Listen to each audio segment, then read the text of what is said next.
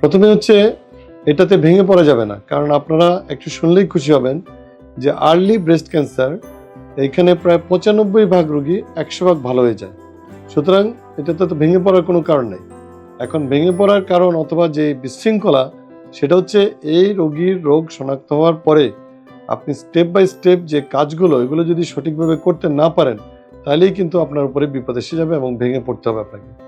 তো সেজন্য আমি স্টেপ বাই স্টেপ কাজগুলো বলি। তাহলে প্রথমেই কাজ হবে আপনার ডায়াগনোসিসটা কনফার্ম করা। এই ডায়াগনোসিস কনফার্ম করার জন্য আমরা যেটা করি যে আপনার যে পিণ্ড বা চাকা অথবা ব্রেস্টে যে সাসপেক্টেড এরিয়া অথবা যেখান থেকে হোক, আমরা একটা বায়োপসি নিই।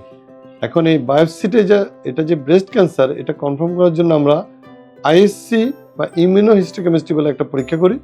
আপনাকে এই পরীক্ষাটা করতে হবে। এই পরীক্ষার মাধ্যমে আপনি জানতে পারবেন যে আপনার ব্রেস্ট ক্যান্সারের টাইপটা কি। আমরা বলি hormone receptor positive, HER2 positive, অথবা হরমোন রিসেপ্টর নেগেটিভ, অথবা HER2 নেগেটিভ। অ্যাটলিস্ট এই ইনফরমেশনটা আপনি পেয়ে যাবেন। সাথে সাথে আপনি আরও জানতে পারবেন যে আপনার ক্যান্সারটা কত ভয়াবহ এবং আপনার এই ক্যান্সারের কোন ওষুধটা ভালো কাজ করবে, এগুলো আপনারা জানতে পারবেন।